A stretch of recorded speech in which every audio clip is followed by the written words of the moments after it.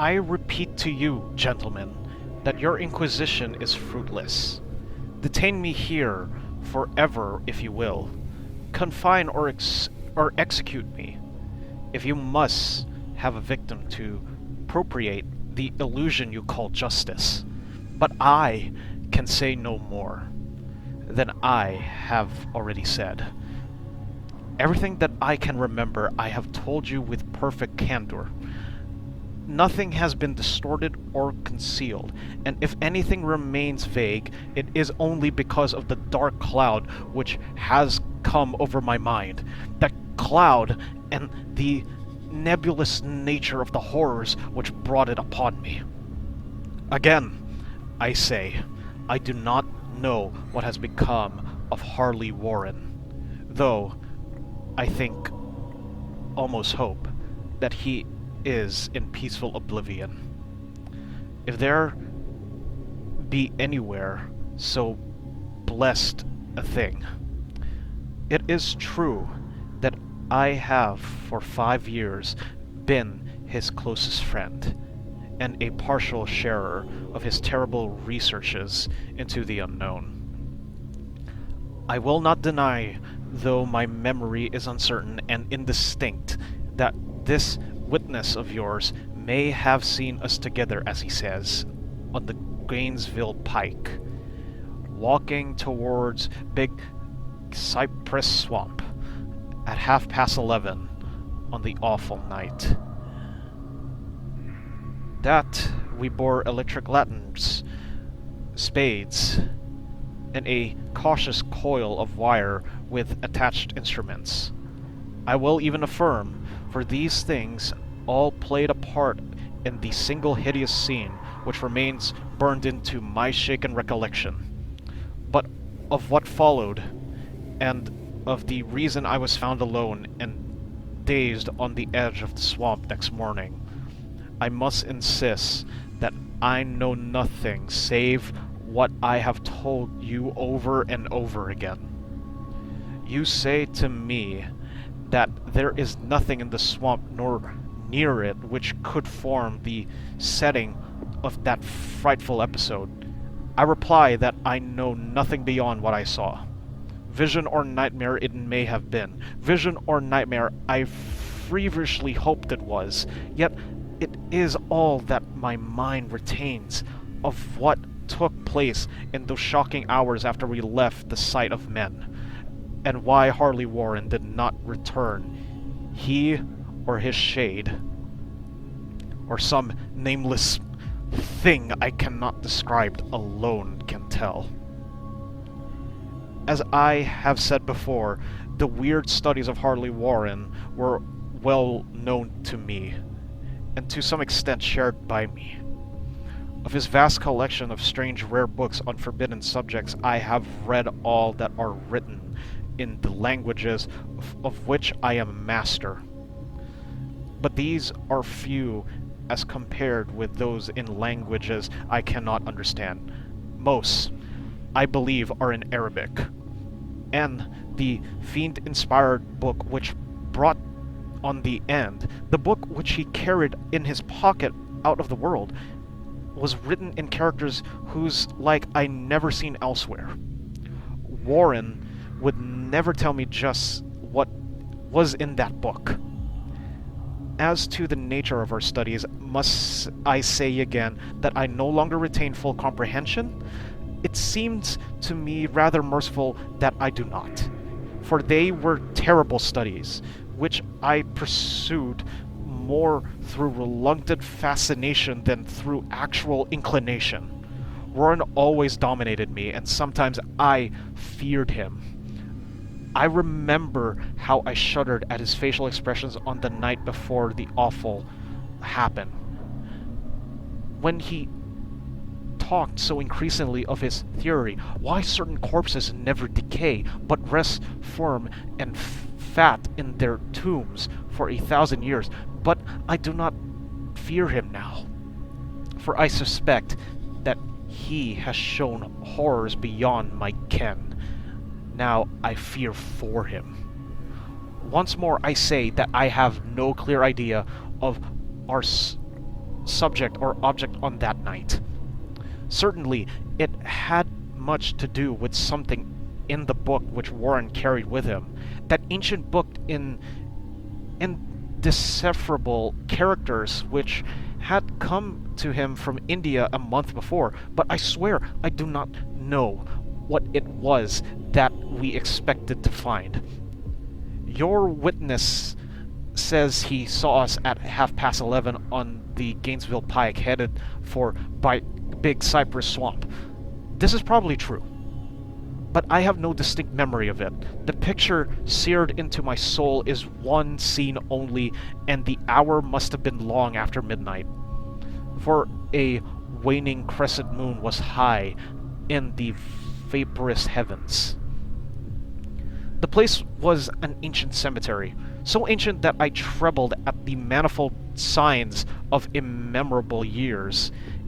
It was in a deep, damp hollow overgrown with ranks of grass, moss, and curious creeping weeds, and filled with a vague stench which my idle fancy associated absurdly with rotten stone. On every hand were the signs of neglect and decrepit, and I seemed haunted by the notion that Warren and I were the first living creatures to invade a lethal silence of centuries.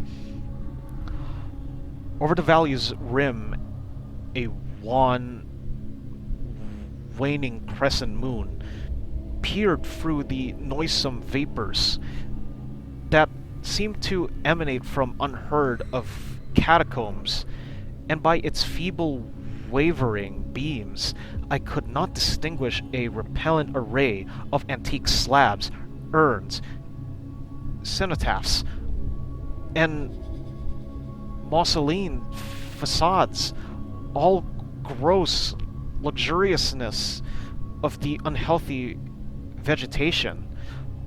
My vivid impression of my own presence in this terrible necropolis concerns the act of pausing with Warren before a certain half-obliterated sepulchre, and of throwing down some burdens which we seemed to have been carrying. I now observed that I had with me an electric lantern with 2 spades, whilst my companion was supplied with a similar lantern and a portable telephone outfit. No word was uttered, for the spot and the task seemed known to us.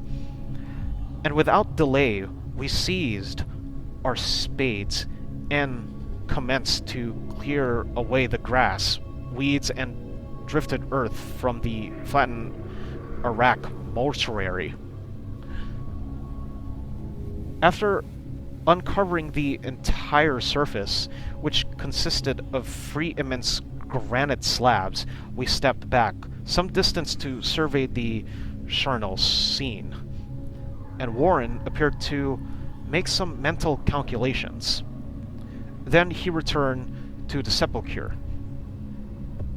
and using his spade as a lever, sought to pry up the slab laying nearest to a stony ruin which may have been a monument in its day. He did not succeed, and mentioned to me to come to his assistance. Finally, our combined strength loosened the stone, which we raised and tipped to one side.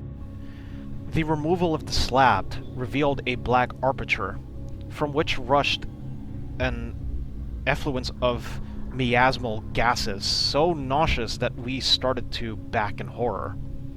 After an interval, however, we approached the pit again, and found the exhalations less unbearable.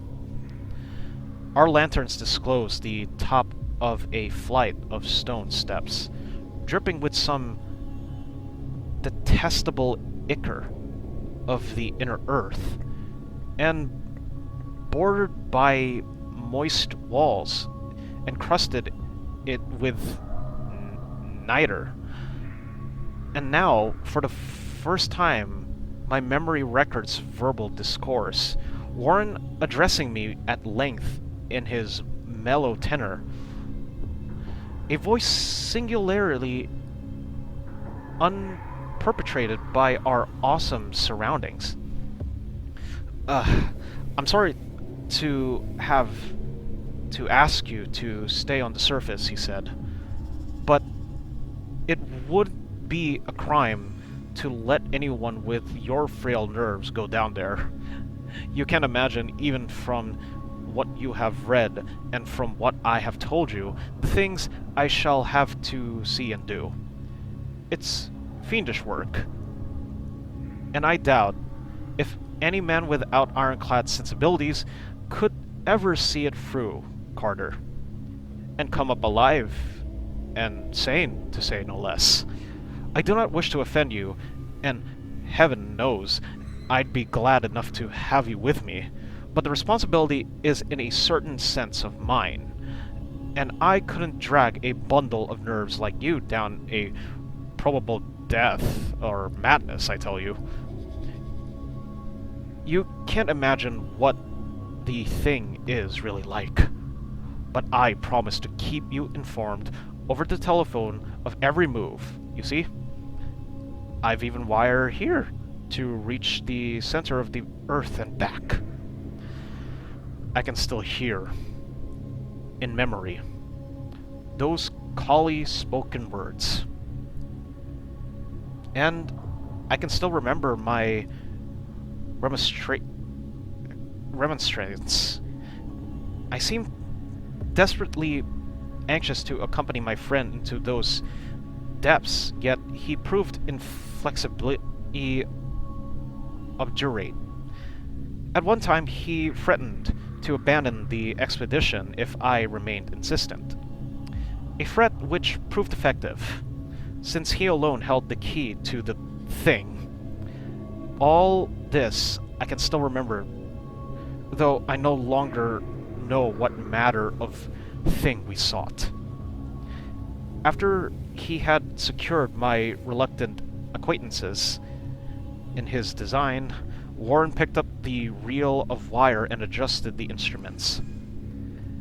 At his nod, I took one of the lantern and seated myself upon the age-discolored gravestone close by the newly uncovered aperture. Then he shook my hand, shouldered the coiled wire, and disappeared within that indescribable ossuary. For a moment, I kept sight of the glow of his lantern, and heard the rustle of the wire as he laid down after him. But the glow soon disappeared abruptly, as if a turn in the stone staircase had been encountered, and the sound died away almost as quickly. I was alone, yet bound to the unknown depths by those magical strands whose insulated surface lay green beneath the struggling beams of what waning crescent moon. In the lone silence of that hoary and deserted city of the dead, my mind conceived the most ghastly fantasies and illusions, and the grotesque shrines and monoliths seems to assume a hideous personality, a half-sentience. Amorphous shadows seemed to lurk in the darker recess of the weed-choked hollow, and to fit it as in some blasphemous ceremonial procession past the portals of the moldering tombs in the hillside, shadows which could not have been cast by the pallid, peering crescent moon. I constantly consulted my watch by the light of my electric lantern, and listened with feverish anxiety at the receiver of the telephone. But for more than a quarter of half an hour heard nothing. Then a faint clicking came from the instrument, and I called down to my friend in a tense voice. Apprehensive as I was nevertheless unprepared for the words which came up from the uncanny vault in accents more alarmed and quivering than any I had heard before from Harley Warren. He, who had so calmly left me a little while previously, now called from below in a shaky whisper more portentous than the loudest shriek. God, if you could see what I'm seeing! I could not answer. Speechless, I could only wait. Then came the frenzy tones again. Carter! It's terrible! Monstrous!